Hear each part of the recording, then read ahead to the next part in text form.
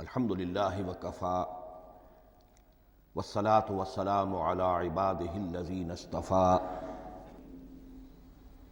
خصوصاً علی افضلہم وخاتم النبیین محمد الامین وعلی آلہ وصحبہ اجمعین۔ قرآن کے ضمن میں سب سے پہلی بات جو سمجھنے کی ہے وہ یہ کہ قرآن مجید کے بارے میں ہمارا اجمالی عقیدہ کیا ہے۔ یہ تین جملوں پر مشتمل ہو سکتا ہے۔ ہمارے نزدیک قرآن اللہ کا کلام ہے جو محمد الرسول اللہ صلی اللہ علیہ وسلم پر نازل ہوا، اور تیسرے یہ کہ یہ مکمل محفوظ شکل میں موجود ہے بنوعاً، اس میں نہ کوئی تحریف ہوئی ہے نہ کوئی تبدیلی ہوئی ہے۔ یہ کم سے کم تین اجزاء ہیں ہمارے عقیدے کے قرآن مجید کے بارے میں۔ لیکن اب اس کی کچھ علمی توضیحات۔ سب سے پہلے یہ کہ کلام ہونا، اس کا اللہ کا کلام ہونا، اس لیے کہ آپ کے علم میں ہے کہ تورات جو حضرت موسیٰ علیہ السلام کو دی گئی تھی وہ لکھی ہوئی شکل میں پتھر کی تختیوں پر لکھی ہوئی صورت میں دی گئی تھی، اور قرآن مجید کی تنزیل جو محمد رسول اللہ صلی اللہ علیہ وسلم پر ہوئی ہے وہ ایک مختلف صورت میں ہوئی ہے۔ اس کو قرآن مجید خود اللہ کا کلام قرار دیتا ہے۔ چنانچہ سورہ توبہ کی آیت ہے، آیت نمبر 6، وَإِنْ أَحَدٌ مِّنَ الْمُشْرِكِينَ اسْتَجَارَكَ فَأَجِرْهُ حَتَّى يَسْمَعَ كَلَامَ اللَّهِ ثُمَّ أَبْلِغْهُ مَأْمَنَهُ۔ جب ہجرت کے 9ویں سال آخری وارننگ دی گئی تھی مشرکین عرب کو کہ اب صرف تمہیں چند مہینے کی مہلت دی جا رہی ہے، اس دوران میں آخری فیصلہ کر لو اسلام قبول کرنا ہے یا نہیں، اس لیے کہ اس کے بعد مشرکین عرب کے لیے کوئی رعایت نہیں ہوگی۔ جو لوگ اسلام قبول نہیں کریں گے انہیں تہہ تیغ کر دیا جائے گا۔ فَإِذَا انْسَلَخَ الْأَشْهُرُ الْحُرُمُ فَاقْتُلُوا الْمُشْرِكِينَ حَيْثُ وَجَدتُّمُوهُمْ۔ جب یہ مہلت ختم ہو جائے تو ان مشرکین کا قتل عام کرو۔ اس کی وضاحت پھر جب سورہ توبہ ہم پڑھیں گے تو اس وقت ہوگی، اس وقت یقیناً ذہن میں کچھ اشکالات آئیں گے، لیکن اس وقت اس ضمن میں تفصیلی بحث کا موقع نہیں۔ اب اس میں ایک استثناء رکھا گیا کہ ایک مشرک ہے، وہ چاہتا ہے کہ اتنا بڑا چیلنج جو ہمیں دے دیا گیا تو ہمیں موقع دیا جائے کہ ہم آئیں، آپ کے پاس بیٹھیں، کچھ دن رہیں، اللہ کا کلام سنیں، آپ کیا بات منوانا چاہتے ہیں، اس کے لیے کیا دلائل ہیں، اس کو اچھی طرح سمجھیں، اس کا ہمیں موقع ہونا چاہیے۔ اس کے لیے یہ آیت نازل ہوئی کہ وَإِنْ أَحَدٌ مِّنَ الْمُشْرِكِينَ اسْتَجَارَكَ، اے نبی اگر ان مشرکین میں سے کوئی شخص آپ سے پناہ طلب کرے فَأَجِرْهُ، اسے پناہ دیجئے، حَتَّى يَسْمَعَ كَلَامَ اللَّهِ، یہاں تک کہ وہ اللہ کا کلام سن لے۔ ثُمَّ أَبْلِغْهُ مَأْمَنًا، پھر یہ بھی نہیں کہ اسی وقت اسے کہا جائے کہ تم مانتے ہو یا نہیں مانتے، نہیں، پھر اسے اس کے امن کے مقام پر پہنچا دو۔ یہ جو آیت ہے اس میں لفظ کلیئر آ گیا کہ قرآن مجید اللہ کا کلام ہے۔ لیکن اب اسی تل کے اوٹ میں پہاڑ والا مسئلہ ہے، ٹپ آف آئس برگ، اس کے نیچے وہ کتنا بڑا تودہ ہوتا ہے۔ کلام جو ہے اللہ تعالیٰ کی صفت ہے، اور یہ بڑا مسئلہ گہرا ہے، اور علم کلام کا ایک بڑا پیچیدہ مسئلہ ہے کہ ذات باری تعالیٰ اور اس کی صفات کے مابین کیا ربط و تعلق ہے۔ آیا صفات ذات کا جز ہیں، جزو لا ینفک ہیں، حصہ ہے، یا کچھ زائد بر ذات، جس کو علامہ اقبال نے ایک جگہ کہا ہے صفات ذات حق، حق سے جدا یا عین ذات۔ یہ ہمارے علم کلام کا ایک بڑا پیچیدہ مسئلہ ہے، لیکن یہ کہ اس میں متکلمین کا جو تقریباً اجماعی فیصلہ ہے وہ دو لفظوں میں آتا، لا عین ولا غیر۔ اللہ کی صفات نہ تو اس کی ذات کا عین ہے نہ اس کی ذات سے غیر ہے۔ بہت پیچیدہ شکل ہے، اور یہ بھی اس وقت کا میرا موضوع نہیں ہے، میں صرف کسی اور موضوع کے لیے صرف حوالے دے رہا ہوں۔ بہرحال قرآن مجید کا جو تعلق ہے ذات باری تعالیٰ کے ساتھ، وہ اس مسئلے سے بخوبی واضح ہو جاتا ہے کہ چونکہ یہ اللہ تعالیٰ کی صفت ہے، اور صفت کو ہم یہ نہیں کہہ سکتے کہ وہ ذات باری تعالیٰ سے جدا ہے، یہ بھی نہیں کہہ سکتے کہ اس کی ذات کا جزو لا ینفک ہے۔ کچھ اسی طرح کا تعلق ہے قرآن مجید کا ذات باری تعالیٰ کے ساتھ، لیکن یہ مسئلہ قرآن مجید میں خود بیان ہوا،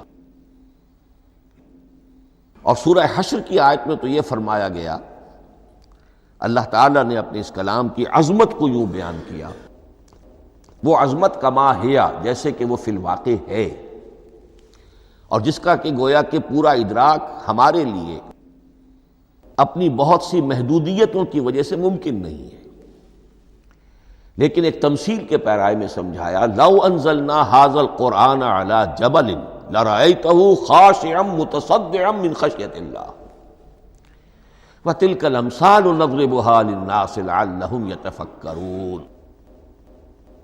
اگر ہم نے اس قرآن کو کسی پہاڑ پر اتار دیا ہوتا تو تم دیکھتے کہ وہ دب جاتا اور پھٹ جاتا اللہ کے خوف سے۔ اور یہ مثالیں ہیں جو ہم لوگوں کے لیے بیان کرتے ہیں تاکہ وہ غور کریں، تدبر کریں، سمجھیں۔ ما لا یدرک کلہ لا یترک کلہ، اگرچہ بتمام و کمال عظمت قرآن کا فہم ان کے لیے ممکن نہیں ہے، لیکن کسی درجے میں تو کچھ انعکاس اس کا ہو جائے، کچھ اندازہ ہو جائے، انسان اپنی ذہنی سطح کے اعتبار سے، اس کی مناسبت سے کسی درجے میں عظمت قرآن کا اندازہ کر لے، تو اللہ تعالیٰ کے ان الفاظ کو سامنے رکھے کہ لو انزلنا ھذا القرآن علی جبل لرأیتہ خاشعا متصدعا من خشیۃ اللہ۔ اب اس آیت کو سمجھنے کے لیے سورہ اعراف کی آیت نمبر 143 کو سمجھنا ہوگا، اسی اصول کے تحت کہ القرآن یفسر بعضہ بعضا، قرآن کا ایک حصہ دوسرے حصے کی تشریح کرتا ہے۔ وہاں یہ واقعہ بیان ہوا ہے کہ حضرت موسیٰ علیہ السلام کو جب اللہ تعالیٰ نے کوہ طور پر طلب فرمایا 30 راتوں کے لیے، جس میں بعد میں 10 کا اضافہ کر کے وہ ایک 40 رات کا ایک کورس بنا، دن رات، اس موقع پر جو مخاطبہ الہی، مکالمہ الہی سے مشرف ہوئے حضرت موسیٰ علیہ السلام، تو ان کی آتش شوق بھڑکی اور انہوں نے بڑی جرأت کر کے یہ درخواست کر دی، رب ارنی انظر الیک، پروردگار مجھے اپنا دیدار بھی عطا فرما، مجھے موقع عنایت فرما، میں تجھے دیکھ سکوں۔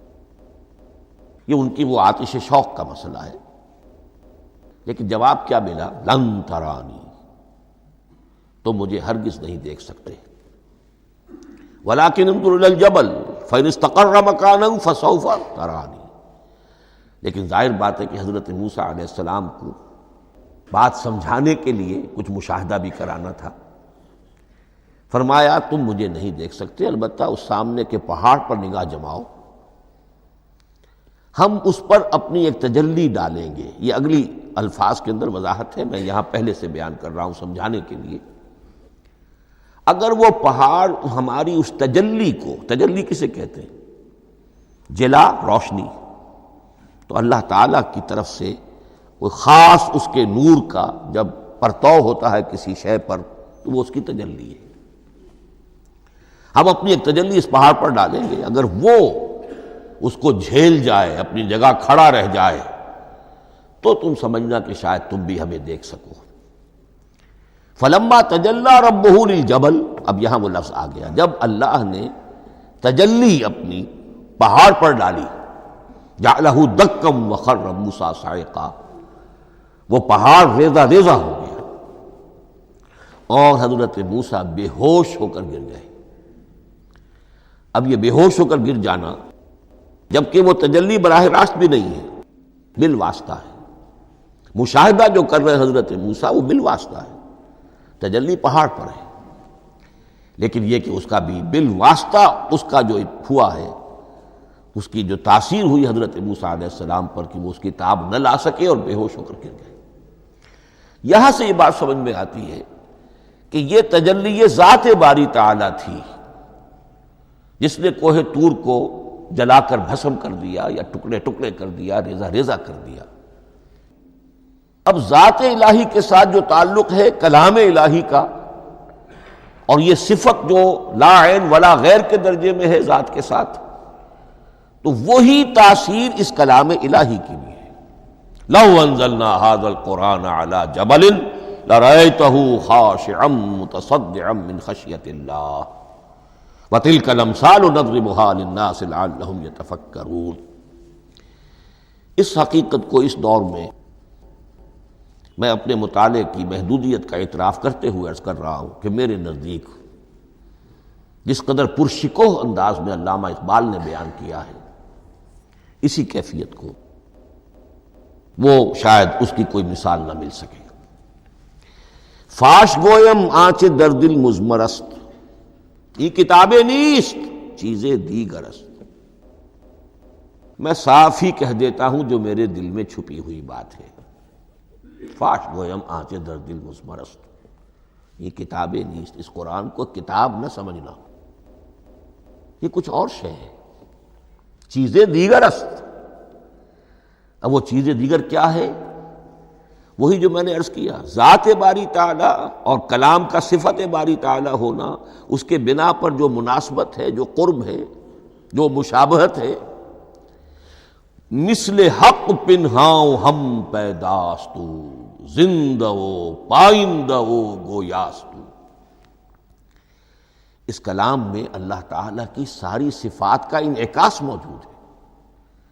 یہ بات ویسے بھی سمجھ میں آتی ہے، کوئی شخص ذرا گفتگو کرے، چند جملے جب وہ ادا کرے گا اپنی زبان سے، تو معلوم ہو جائے گا کہ اس کے فہم کا، اس کی دانش کا، اس کے مطالعے کا حدود اربع کیا ہے اور اس کے ذہن کی سطح کیا، سمجھ میں آ جائے گی بات۔ اس لیے کہ کلام جو ہے وہ متکلم کی پوری شخصیت کی عکاسی کر رہا ہوتا۔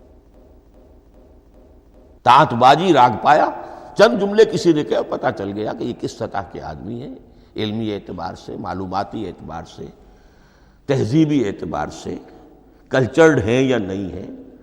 یہ ساری باتیں چند جملوں میں واضح ہو جائیں گی۔ تو اللہ تعالیٰ کی بھی جملہ صفات کا عکس اس قرآن میں موجود ہے۔ ان میں سے جن چند چیزوں کا ذکر علامہ نے شعر میں کیا، وہ جو سورہ حدید کی آیت ہے، هو الاول والآخر والظاہر والباطن، اللہ الظاہر بھی ہے، الباطن بھی ہے۔ اتنا ظاہر کہ اس سے زیادہ ظاہر کوئی شے نہیں، اور اتنا باطن کہ اس سے زیادہ چھپی ہوئی کوئی شے نہیں۔ اسی لیے حضور سے جو منقول ہیں الفاظ کہ پروردگار انت الظاہر فلیس فوقک شیء وانت الباطن فلیس دونک شیء، یہی کیفیت قرآن کی ہے۔ مثل حق پنہاؤ ہم پیداستو، پنہا بھی ہے ظاہر بھی ہے، جیسے ذات باری تعالی، اور جیسے اللہ تعالیٰ کی شان ہے جو آیت الکرسی کے شروع میں آئی، الحی القیوم۔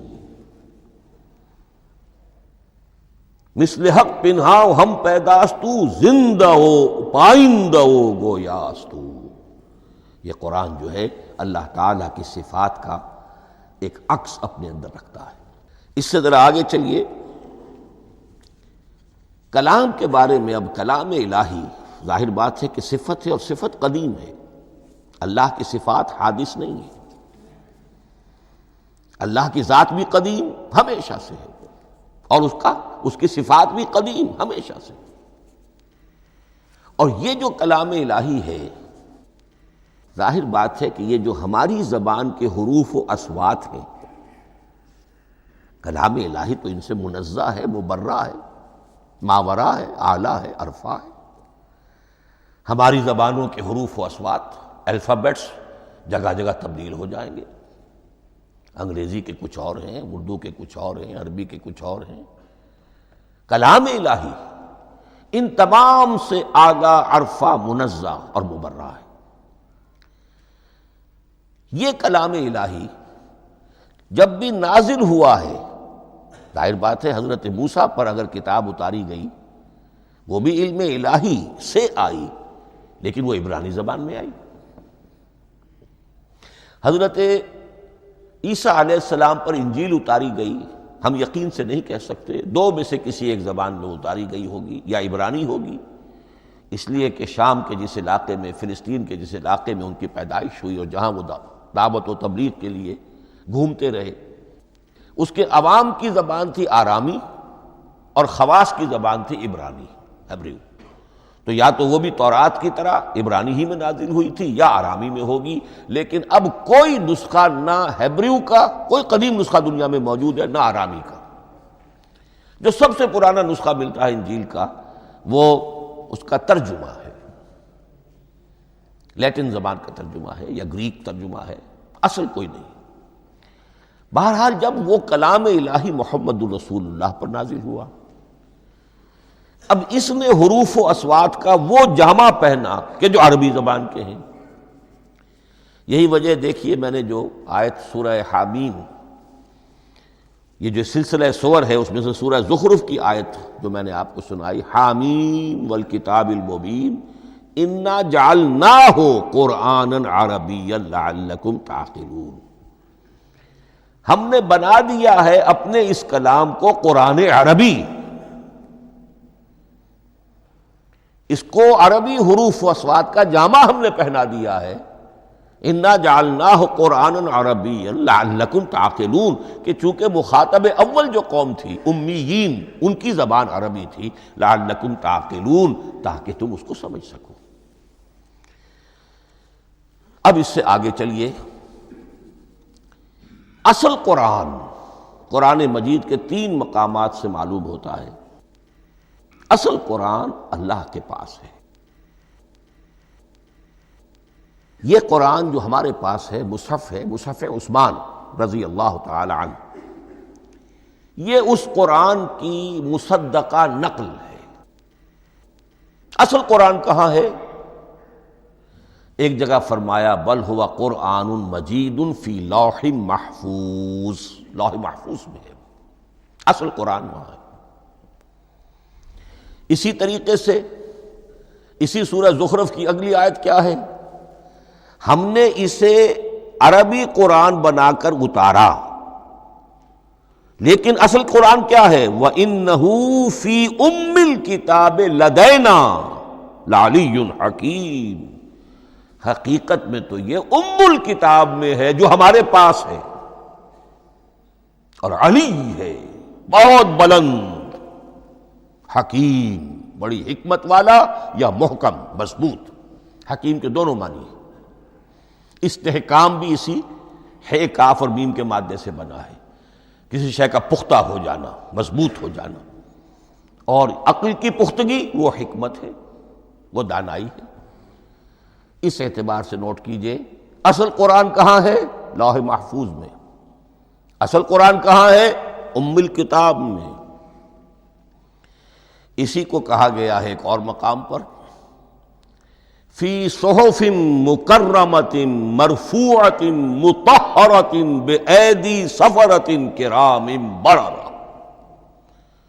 یہ قرآن، اصل قرآن تو بڑے صحیفوں میں، ان صحیفوں میں ہے، ان صفحات میں ہے، ان اوراق میں ہے، جس کی شان کیا ہے؟ مکرمۃ، ان کی انتہائی تعظیم کی جاتی ہے، مطہرۃ، نہایت پاک صحیفے، فی صحف مکرمۃ، مرفوعۃ، بلند و بالا، مطہرۃ، بِأَيْدِي سَفَرَةٍ كِرَامٍ بَرَرَةٍ، ان فرشتوں کے ہاتھ میں جو بہت باعزت، بہت اونچے درجے کے، ان کے ہاتھوں میں ہے۔ وہ لوگ ہیں کہ جن کی تحویل میں ہے یہ کلام پاک، فی صحف مکرمۃ مرفوعۃ مطہرۃ بِأَيْدِي سَفَرَةٍ كِرَامٍ بَرَرَةٍ۔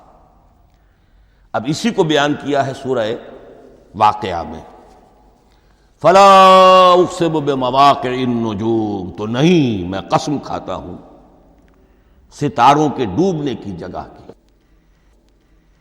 وَإِنَّهُ لَوْ تَعْلَمُونَ لَقَسَمٌ عَظِيمٌ، وَإِنَّهُ لَقَسَمٌ لَوْ تَعْلَمُونَ عَظِيمٌ، اور اگر تم جان سکتے تو یہ بہت بڑی قسم ہے جو ہم نے کھائی ہے، بہت بڑی گواہی ہے جو ہم نے پیش کی ہے۔ اب تدریجاً اس کا انکشاف ہو رہا ہے۔ یا آج جو تصور ہے بلیک ہولز کا، اس سے کچھ اندازہ ہوتا ہے یہ ستارے کہاں ڈوب جاتے ہیں، بڑے بڑے ستارے نسیم منسیہ ہو جاتے ہیں، ستارے نہیں پوری گیلیکسیز اس میں گم ہو جاتے ہیں، وہ مقبرے ہیں بڑی بڑی گیلیکسیز کے۔ فلا اقسم بمواقع النجوم وانه لقسم لو تعلمون عظیم انه لقرآن کریم، یہ قرآن ہے بہت باعزت، فی کتاب مکنون، اور یہ اس کتاب میں جو چھپی ہوئی ہے۔ یہ لؤلؤ مکنون کا لفظ آتا ہے قرآن مجید میں، جیسے موتی ہوتے ہیں انہیں چھپا کر رکھا جاتا ہے ڈبیوں میں، مخملی ڈبیوں کے اندر موتیوں کو، اسی طریقے سے فی کتاب مکنون لا یمسہ الا المطہرون، وہ صحیفے بھی بہت مطہرہ تھے اور ان کو چھو نہیں سکتے مگر وہی جو انتہائی پاک ہیں، ملائکہ مقربین، جن کے قریب سے بھی ہو کر معصیت یا گناہ کا کوئی تصور تک نہیں گزر سکتا، وہ ہیں جو اس کو چھوتے ہیں، ان کے ہاتھوں میں ہے، ان کی تحویل میں ہے۔ یہ ہے وہ چیزیں کہ جس سے اندازہ ہوا کہ اصل قرآن کہاں ہے۔ یہ جو ہمارے پاس ہے در حقیقت یہ نقل مطابق اصل ہے، مصدقہ نقل ہے۔ اب اس میں آپ سے عرض کر دوں کہ ایک بہت خوبصورت بات ہمیں جو ملتی ہے، تورات میں جو استثناء، جو صفر استثناء ہے ڈیوٹرانومی، اس کے 18ویں باب میں 18ویں اور 19ویں آیات جو ہیں اس میں ذکر موجود ہے، میں ان کے لیے انہی کے بھائیوں میں سے تیری مانند ایک نبی برپا کروں گا۔ اللہ تعالیٰ کلام فرما رہے ہیں یہاں حضرت موسیٰ علیہ السلام سے، آج بھی موجود ہے اولڈ ٹیسٹمنٹ ڈیوٹرانومی یا کتاب استثناء، صفر استثناء، اس کا 18واں باب، اس کی 18ویں اور 19ویں آیات جب چاہیں جا کر دیکھ لیں۔ میں ان کے لیے ان کے بھائیوں ہی میں سے تیری مانند ایک رسول اٹھاؤں گا، میں ان کے لیے انہی کے بھائیوں میں سے تیری مانند ایک نبی برپا کروں گا اور اپنا کلام اس کے منہ میں ڈالوں گا، اور جو کچھ میں اس سے کہوں گا وہی وہ ان سے کہے گا۔ یہ ہے جو پیشین گوئی ہے محمد الرسول اللہ صلی اللہ علیہ وسلم کی، اور یہاں وہ فرق واضح کر دیا گیا، اے موسیٰ تم سے تو یا تو ہم نے کلام کیا ہے یا تمہیں جو کتاب دی ہے وہ لکھی ہوئی دی ہے، لیکن جو نبی تیری ہی مانند میں برپا کروں گا۔ اب اس میں بھی نوٹ کرنے کی بات ہے کہ حضرت موسیٰ کے مشابہ نبی اکرم صلی اللہ علیہ وسلم کے سوا کوئی نبی نہیں۔ صاحب کتاب وہ بھی تھے، صاحب کتاب محمد بھی ہیں، صاحب امت وہ بھی تھے، اور صاحب امت محمد رسول اللہ ہے، تیری مانند صاحب شریعت۔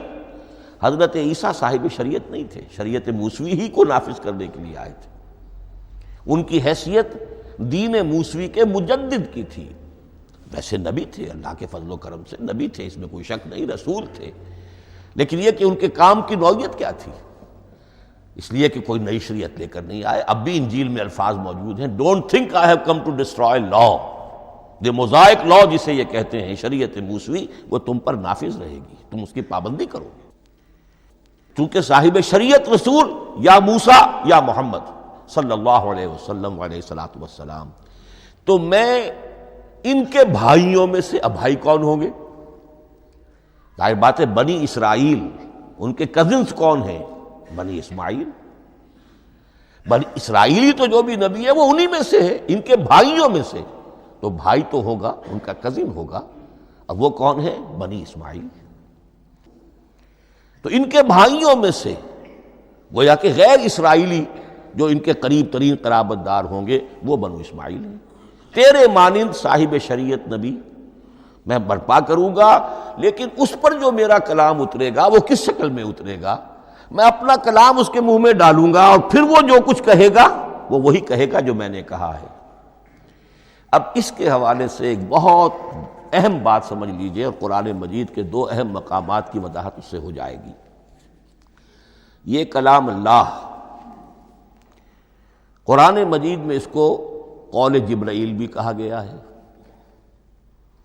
کلام اللہ حضرت جبرائیل کے ذریعے سے جب ادا ہوا ہے تو قول جبرائیل ہے، اور پھر جب وہ محمد الرسول اللہ کی زبانی ادا ہوا تو قول رسول ہے، قول محمد ہے صلی اللہ علیہ وسلم۔ یہ قول اللہ بھی ہے، قول جبرائیل بھی ہے، اور قول محمد بھی ہے بیک وقت۔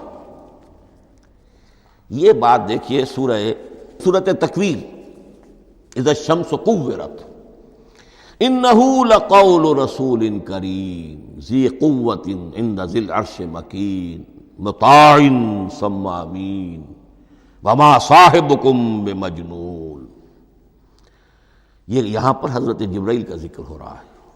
وما ہوا بقول شیطان الرجیم، محمد تک اس قرآن کو لانے والا تو وہ بلند پائے کا فرشتہ ہے، یہ کوئی شیطان رجیم نہیں ہے۔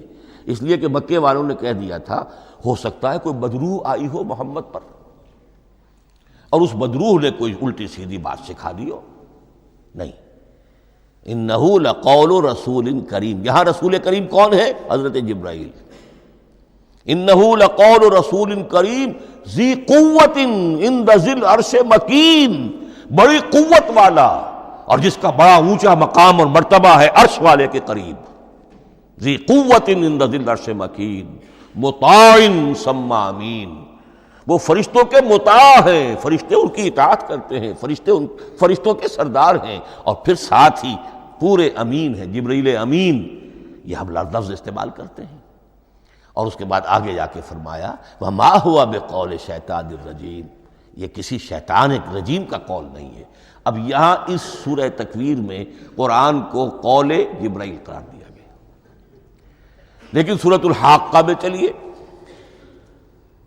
اس کے آخر میں آتا ہے انہ لقول رسول کریم وما ہوا بقول شاعر قلیلا ما تؤمنون ولا بقول کاہن قلیلا ما تذکرون تنزیل من رب العالمین۔ یہاں اب رسول کریم سے مراد محمد الرسول اللہ صلی اللہ علیہ وسلم، یہ کسی شاعر کا قول نہیں ہے، کسی کاہن کا قول نہیں ہے، یعنی جس کے زبانی یہ قرآن لوگوں کے سامنے آ رہا ہے۔ جبرائیل کا قول ہو کر تو محمد پر نازل ہوا صلی اللہ علیہ وسلم، لیکن اب لوگوں کے سامنے وہ قول محمد بن کر آ رہا ہے۔ انہ لقول رسول کریم وما ہوا بقول شاعر قلیلا ما تؤمنون ولا بقول کاہن قلیلا ما تذکرون تنزیل من رب العالمین۔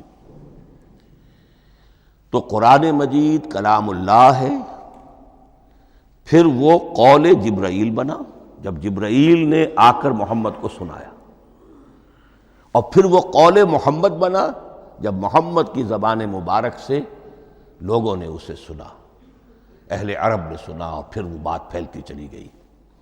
اب آخری بحث اس موضوع پر جو ہے وہ یہ ہے، کلام الہی کی 3 صورتیں ہیں جو قرآن مجید میں سورہ شورى کی آیت نمبر 51 میں بیان ہوئی ہے۔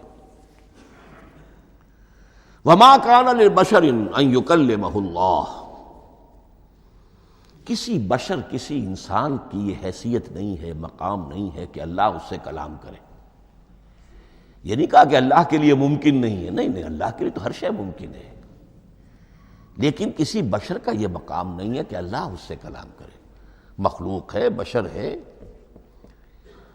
ما کان لبشر ان یکلمہ اللہ الا اب 3 شکلیں آئیں، الا وحیا او من وراء حجاب او یرسل رسولا فیوحی باذنہ ما یشاء انہ علی حکیم۔ 3 صورتیں ہیں کلام الہی کی، یا تو براہ راست اللہ وحی کرتا ہے بغیر کسی فرشتے کی درمیان میں ذریعہ بنائے ہوئے،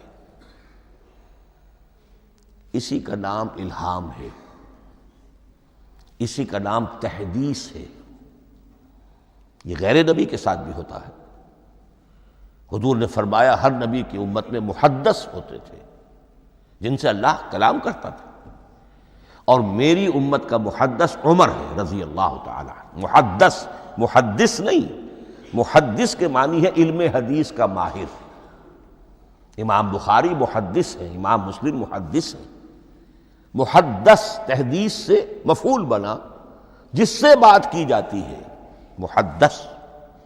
اللہ بات کرتا ہے، اللہ دل میں ڈال دیتا ہے، القاء ہو جاتا ہے، الہام ہو جاتا ہے، کوئی فرشتہ درمیان میں نہیں، براہ راست۔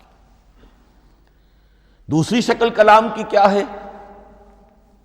او من ورائے حجاب، یہ ہمارے علم کی حد تک صرف حضرت موسیٰ علیہ السلام کی شان ہے، استثنائی شان ہے۔ وَكَلَّمَ اللَّهُ مُوسَىٰ تَكْلِيمًا، اور موسیٰ کے ساتھ تو اللہ نے کلام فرمایا جیسے کہ کلام کیا جاتا ہے۔ فرق کیا تھا؟ من ورائے حجاب، پردہ تھا، دیکھ نہیں سکتے تھے، تبھی تو ان کی وہ آتش شوق بھڑکی تھی۔ کیا قیامت ہے کہ چلمن سے لگے بیٹھے ہیں، صاف چھپتے بھی نہیں، سامنے آتے بھی نہیں، کلام بھی فرما رہے ہیں، لیکن یہ کہ بات مجھے دیدار عطا کرنے کے لیے تیار نہیں، رب ارنی انظر الیک۔ لیکن یہ جو کلام ہے ہمارے علم کی حد تک براہ راست اس دنیا میں حضور سے ہوا ہے معراج کی شب، لیکن وہ 7ویں آسمان پر ہوا۔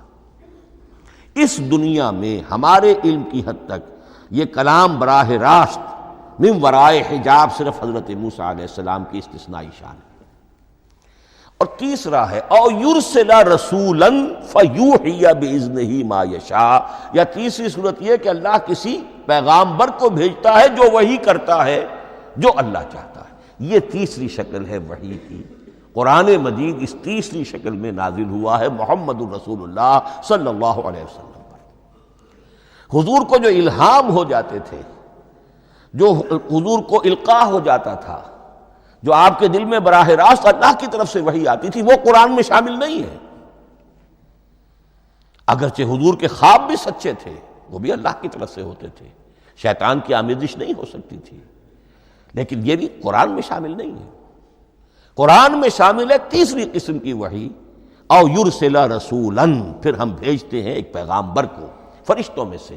اللہ یستفی من الملائکۃ رسلا ومن الناس، اللہ چن لیتا ہے فرشتوں میں سے بھی اپنا پیغامبر اور انسانوں میں سے بھی۔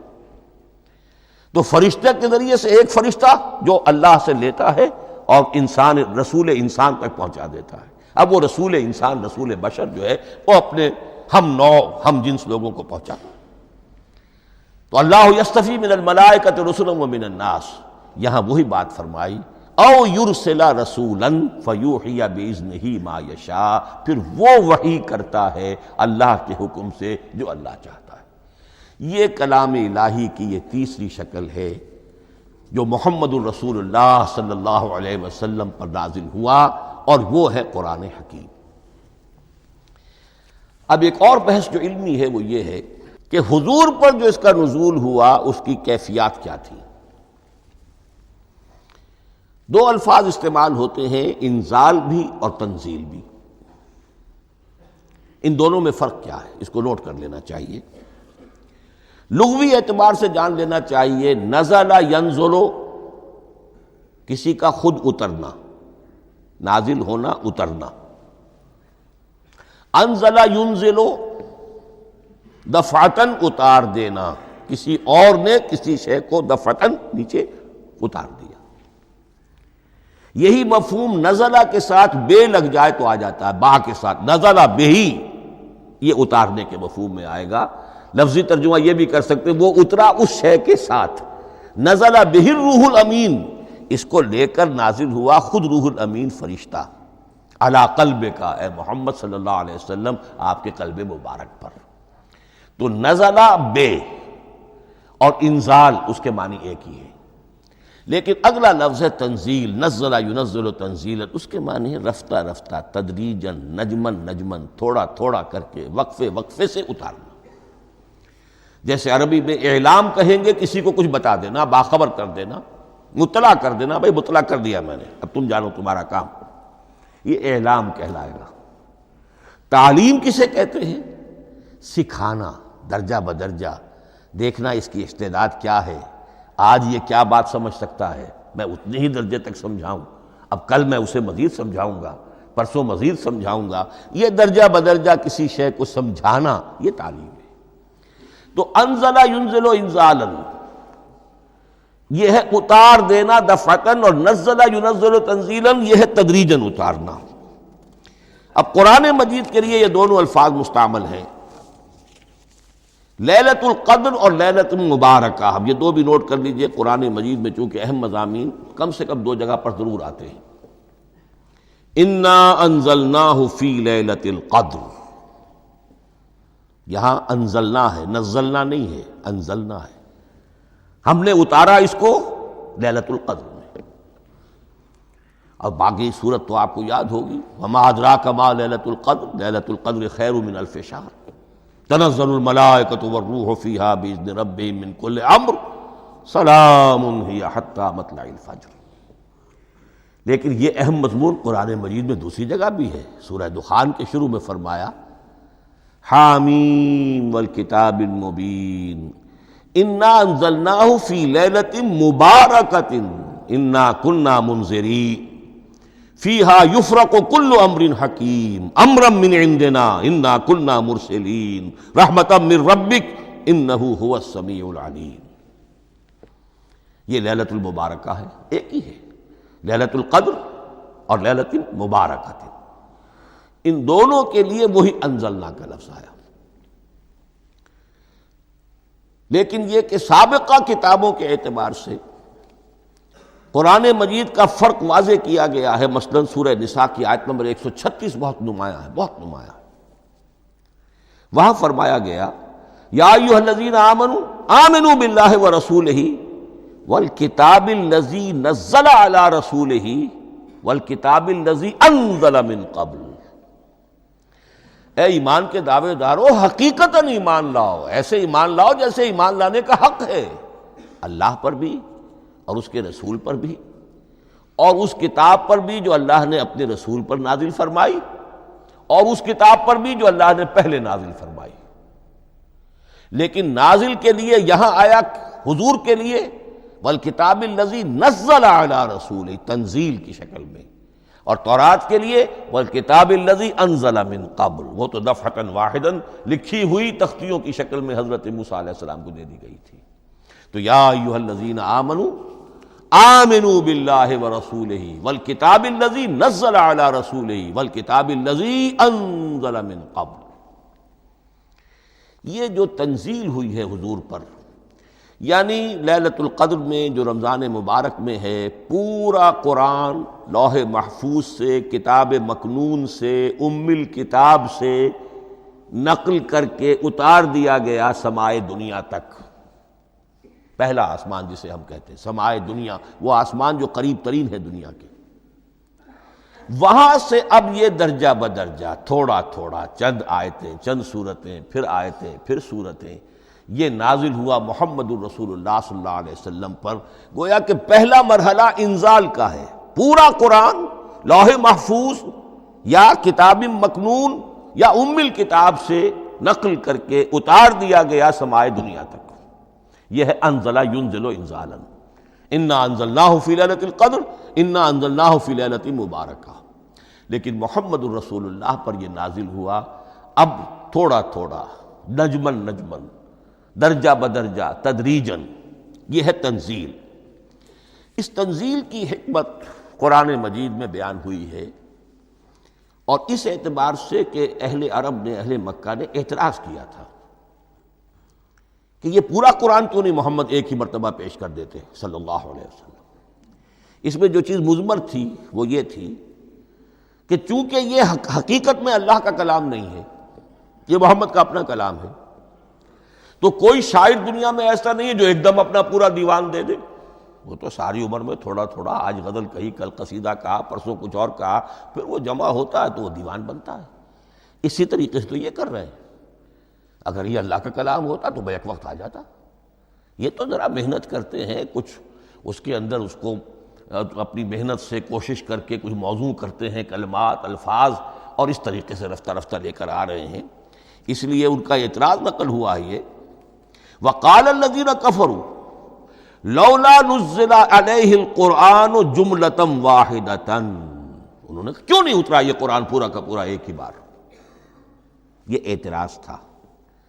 اس اعتراض کے جو جوابات دیے گئے ہیں وہ نوٹ کیجئے کہ لوگوں کے حق میں یہ مفید ہے، یہ پورے قرآن کا تحمل ایک وقت میں کر نہیں سکتے۔ یہ پورا قرآن تو ایک ہی مرتبہ اگر پہاڑ پر بھی اتار دیا جاتا تو وہ پھٹ جاتا، دب جاتا۔ وَقُرْآنًا فَرَقْنَاهُ لِتَقْرَأَهُ عَلَى النَّاسِ عَلَى مُكْثٍ وَنَزَّلْنَاهُ تَنزِيلًا، سورہ بنی اسرائیل آیت 106۔ یہ وہ قرآن ہے جس نے ہم نے جس کو ٹکڑے ٹکڑے کر کے فرقناہ، فرق توڑ دینا، تھوڑا تھوڑا کر کے ہم نے کر دیا، لِتَقْرَأَهُ عَلَى النَّاسِ عَلَى مُكْثٍ، تاکہ آپ اسے پڑھ کر سنائے لوگوں کو وقفے وقفے سے، تاکہ وہ سہار سکیں، سنبھال سکیں، برداشت کر سکیں۔ وَنَزَّلْنَاهُ تَنزِيلًا، اسی وجہ سے ہم نے اسے نازل کیا ہے بطرز تنزیل، بطرز انزال نہیں، بطرز تنزیل۔ وَقُرْآنًا فَرَقْنَاهُ لِتَقْرَأَهُ عَلَى النَّاسِ عَلَى مُكْثٍ وَنَزَّلْنَاهُ تَنزِيلًا۔ ایک حکمت تو ہو گئی عوام کے لیے، ایک حکمت خود رسول کے لیے صلی اللہ علیہ وسلم۔ كَذَلِكَ لِنُثَبِّتَ بِهِ فُؤَادَكَ وَرَتَّلْنَاهُ تَرْتِيلًا۔ اب ذرا نوٹ کیجئے، قلب محمدی کے لیے بھی اس پورے کلام کا ایک دم سہار آسان کام نہیں تھا۔ یہ اس لیے، یہ اسی سورہ الفرقان کی جو آیت کا میں نے ایک حصہ آپ کو سنا دیا تھا، اسی کے اندر اس کا جواب آیا ہے، اسی آیت میں، آیت نمبر 32 ہے یہ سورہ فرقان کی۔ وَقَالَ الَّذِينَ كَفَرُوا لَوْلَا نُزِّلَ عَلَيْهِ الْقُرْآنُ جُمْلَةً وَاحِدَةً، یہ اعتراض ہے۔ جواب کیا ہے؟ كَذَلِكَ لِنُثَبِّتَ بِهِ فُؤَادَكَ، ہم نے یہ اس لیے کیا ہے نبی کہ اس کے ذریعے سے آپ کے دل کو ٹھہراؤ اور جماؤ عطا کرے، یہ ایک دم اس کا اتر جانا۔ اِنَّا سَنُلْقِي عَلَيْكَ قَوْلًا ثَقِيلًا، بڑا بھاری بوجھ ہے، ناقابل برداشت ہے، تاکہ رفتہ رفتہ آپ کا دل، اس کے اندر تقویت بڑھتی چلی جائے، اس کے اندر اور اس کا تحمل جو ہے، اس کی صلاحیت بڑھتی چلی جائے۔ كَذَلِكَ لِنُثَبِّتَ بِهِ فُؤَادَكَ وَرَتَّلْنَاهُ تَرْتِيلًا، اسی لیے ہم نے تھوڑا تھوڑا کر کے نازل کیا ہے۔ وَلَا يَأْتُونَكَ بِمَثَلٍ إِلَّا جِئْنَاكَ بِالْحَقِّ وَأَحْسَنَ تَفْسِيرًا، ساتھ ہی فرمایا کہ یہ لوگ جو بھی اعتراض کریں گے ہم اس کا جواب بھی اور بہترین تعویل بھی آپ کو دے دیں گے۔ اب اگلی بحث یہ ہے، یہ قرآن کب اور کہاں نازل ہوا؟ یہ عام معلوماتی شے ہے، اس میں کوئی پیچیدگی نہیں ہے، لیکن اس کی اہمیت ہے، بہت ضروری ہے، وہ میں انشاءاللہ اگلی بحث میں جب کہ قرآن کے سمجھنے کے جو اصول ہیں ان کو بیان کروں گا تو وضاحت سے بات آئے گی۔ یہ کہ یہ عام معلوماتی ایک ہمارے ذہن میں خاکہ رہنا چاہیے، زمان و مکان کا کیا رشتہ ہے قرآن کے ساتھ۔ قرآن نازل کب ہوا؟ ہمارا چونکہ عام طور پر جو معمول ہے، ہم تو جو کرسچین ایرا ہے اس کے حوالے سے ہمارے ذہن کے اندر سارا حساب کتاب ہے، تو سن 610 عیسوی سے لے کر 632 عیسوی تک شمسی حساب سے 22 سالوں میں قرآن نازل ہوا ہے۔ 571 حضور کی ولادت کا سال ہے، 571 عیسوی۔ 610 میں آپ 39 سال کے ہوئے، لیکن قمری حساب سے 40 کے ہو چکے۔ 610 میں قرآن کی تنزیل شروع ہوئی اور 632 میں آپ کا انتقال ہوا۔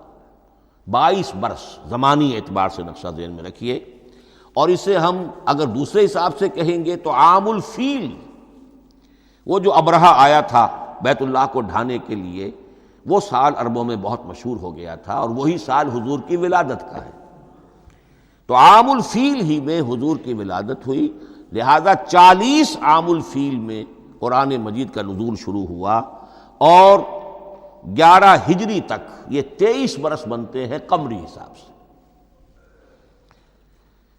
ایک رائے یہ بھی ہے کہ قرآن کا نزول 20 برس میں ہوا ہے، اور اس میں وضاحت یہ ہے کہ پہلے 3 سال اللہ تعالیٰ نے ایک فرشتے کو، حضرت اسرافیل علیہ السلام کو مامور کیا تھا حضور کی تعلیم پر۔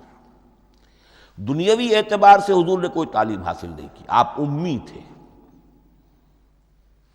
آپ نے دنیاوی اعتبار سے کسی کے سامنے زانو تلمس طے نہیں کیا، کہیں کوئی تعلیم حاصل نہیں کی، کہیں کوئی تحصیل علم نہیں کی، لیکن اللہ تعالیٰ نے علمہ شدید القویٰ، اللہ تعالیٰ نے جو کچھ انہیں سکھایا ہے، جو علم انہیں عطا کیا ہے، تو ایک روایت یہ ہے کہ 3 برس تک اور اس کے بعد پھر قرآن نازل ہونا شروع ہوا، تو 20 برس تک قرآن نازل ہوا۔ لیکن وہ لوگ بھی مانتے ہیں کہ سورہ علق کی آیتیں نازل ہو چکی تھیں، پھر 3 برس کا وقفہ ہے۔ سورہ علق کی آیتیں کیا ہے؟ جو پہلی وحی ہے، اقرأ بسم ربک الذی خلق خلق الانسان من علق اقرأ وربک الاکرم الذی علم بالقلم علم الانسان ما لم یعلم۔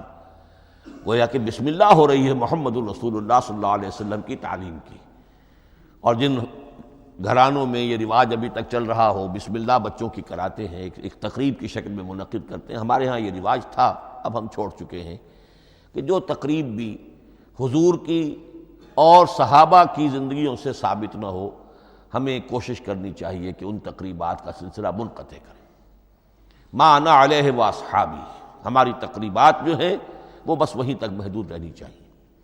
بہرحال وہ جو ایک چلتی ہے روایت، 4 سال 4 مہینے 4 دن کا بچہ یا بچی ہو تو بسم اللہ یہی آیتیں پڑھی جاتی ہیں۔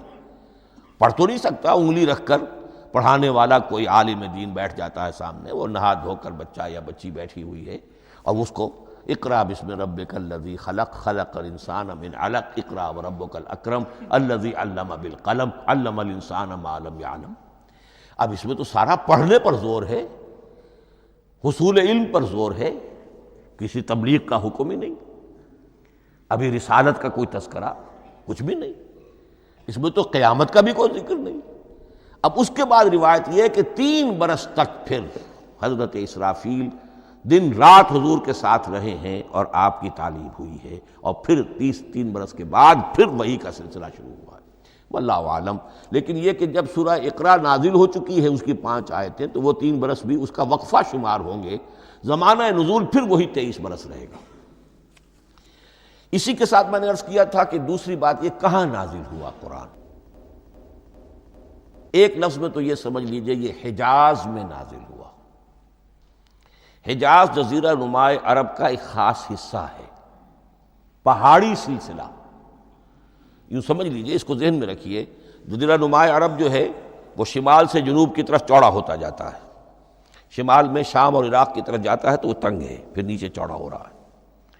اس کا جو مغربی ساحل ہے، جس پر جدہ کی بندرگاہ بھی ہے، ینبو کی بھی ہے، اس کے کہیں وہ ایک میدان شروع ہوتا ہے ساحل سے، کہیں وہ بہت مختصر ہے، کہیں خاصا چوڑا ہے، اس کو کہتے ہیں تہامہ۔ پھر ایک پہاڑی سلسلہ ہے، اس کو کہتے ہیں حجاز۔ یہ پہاڑی سلسلہ جو ہے اس کے بعد جو ہے وہ نجد کہلاتا ہے، وہ سطح مرتفع ہے، پلیشو۔ تو یہ 3 حصے ہیں جزیرہ نماء عرب کے جغرافیائی اعتبار سے، اور حجاز کہتے بھی ہیں پردے کو، حاجزن، پردہ جو 2 چیزوں کے درمیان حائل ہو جائے۔ تو یوں سمجھیے کہ یہ فلیٹ ہے نجد کا، اور یہ فلیٹ ہے میدان، یہ ہے تہامہ کا، اور درمیان میں یہ پہاڑی سلسلہ کھڑا ہوا ہے، تو یہ گویا کہ ان دونوں کو جدا کر رہا، یہ حجاز ہے۔ اس حجاز ہی کا شہر مکہ ہے، اس حجاز ہی کا شہر مدینہ ہے، اس حجاز ہی کا شہر طائف ہے، اس حجاز ہی کی آخری ٹپ سمجھ لیجئے تبوک ہے۔ تو حضور صلی اللہ علیہ وسلم کی پوری زندگی آغاز وحی کے بعد سے لے کر وہ اسی علاقے کے اندر، پہلے آپ مکے میں تھے، قرآن مجید کی جو صورتیں اس دور میں نازل ہوئیں، یہ آیتیں نازل وہ مکیات کہلاتی ہیں۔ پھر آپ نے ہجرت کی، اور ہجرت کر کے جب آپ جا رہے تھے اس دوران میں بھی کچھ قرآن نازل ہوا اثناء ہجرت میں۔ پھر آپ مدینے تشریف فرما ہوئے، اب وہ ہم کہتے ہیں مدنی قرآن، لیکن مدنی قرآن سارا مدینے میں نازل نہیں ہوا۔ آپ کبھی جا رہے کسی مہم پر، کسی جنگ کے لیے، غزوہ بدر کے لیے آ گئے ہیں، تو وہاں جو آیات نازل ہو رہی ہیں وہ مدینے میں تو نہیں ہو رہی۔ براڈ تقسیم تو یہی ہے، مکی مدنی۔ ہجرت سے قبل جو کچھ نازل ہوا وہ مکی، ہجرت کے بعد جو کچھ نازل ہوا وہ مدنی۔ لیکن صرف مدنی کہنا صحیح نہیں ہے، اثناء سفر تبوک، اتنا طویل سفر ہے آپ کا، اس کے دوران آتے جاتے قرآن نازل ہوتا رہا۔ لیکن یہ بات نوٹ کر لیجئے کہ پورا قرآن حجاز ہی میں نازل ہوا ہے، یہ تمام شہر، یہ تمام علاقہ حجاز کہلاتا ہے۔ ایک اور بحث جو ہم اسی اپنی پہلی نشست میں مکمل انشاءاللہ کر لیں گے، وہ ہے محفوظیت قرآن کی بحث۔ میں نے عرض کیا تھا کہ 3 چیزوں پر ہمارا عقیدہ مشتمل ہے۔ یہ اللہ کا کلام ہے، نمبر 1، نازل ہوا محمد الرسول اللہ پر صلی اللہ علیہ وسلم، اسی لیے ہم نے کلام سے متعلق کچھ مباحث علمی گہرائی میں اتر کر وہ سمجھے، حضور پر اس کے نزول، انزال اور تنزیل کے مختلف مراحل کو سمجھا۔ اب اس کی محفوظیت کے اعتبار سے واقعہ یہ ہے کہ واحد کتاب ہے پوری دنیا میں، واحد کتاب جس کے بارے میں دشمن بھی تسلیم کرتے ہیں، چاہے وہ اسے اللہ کا کلام نہ مانے، لیکن یہ مانتے ہیں کہ بعین ہی وہ شے جو محمد نے اپنی امت کو دی تھی آج بھی امت کے پاس صحیح موجود ہے۔ ظاہر بات ہے اگر تو اسے اللہ کا کلام مانے، وہی مانے، تب تو مسلمان ہی ہو گئے۔ وہ تو یہی کہتے ہیں کہ بہرحال محمد نے چاہے خود لکھا، تصنیف کیا، جو بھی کچھ کیا اس کو چھوڑ دیجئے، لیکن جو شے محمد نے اپنی امت کو دی تھی صلی اللہ علیہ وسلم بعین ہی وہ شے موجود ہے۔ تو یہ محفوظیت قرآن کی جو ہے، جبکہ کوئی اور دنیا کی کتاب اس کی مدعی ہی نہیں۔ تورات والوں کا سرے سے یہ دعویٰ ہی نہیں ہے، وہ تورات تو گم ہو گئی تھی نبوکدنضر کے حملے کے وقت، اس کے بعد سے دنیا میں تورات کا وجود نہیں ہے، اور پھر 100 برس کے بعد اپنی یادداشتوں سے مرتب کی ہے یہ تورات جو آج ہمارے سامنے ہے۔ انجیل کا جیسا کہ میں عرض کر چکا ہوں کوئی نسخہ جو ہے نہ عبرانی کا موجود ہے نہ آرامی زبان کا ہے، دنیا کی کوئی کتاب نہیں جو دعویٰ کر سکتی ہو۔ یہ قرآن جو شروع ہوتا ہے ذالک الکتاب لا ریب فیہ، یہ دعویٰ دنیا کی کسی اور کتاب نے خود کیا بھی نہیں۔ اس کی بھی جس قدر پرشکوہ الفاظ میں علامہ اقبال نے اس کی ترجمانی کی ہے انہی کا حصہ ہے۔